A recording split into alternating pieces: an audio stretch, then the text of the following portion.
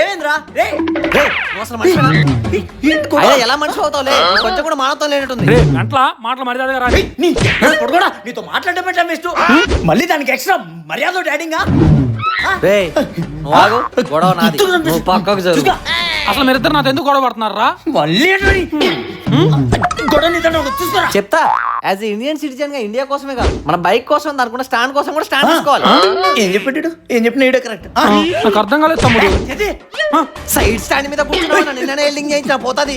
ఎద్దులో పెరిగితే బండాడు మోస్తావు కూర్చోవాలంటే centre stand వేసుకొని కూర్చోవచ్చు. ఏంటి ఇదంతా స్టాండ్ కోసం? మరి ఆ మోహన్ చూడు ఎలాగుందో స్టాండప్ కమెడియన్ లాగా అలా హ్యాండ్సమ్ ఉండాలి.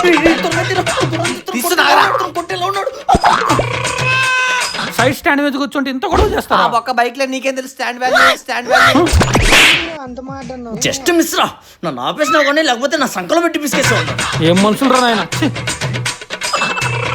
ప్లీజ్ సబ్స్క్రైబ్ చేసుకోండి.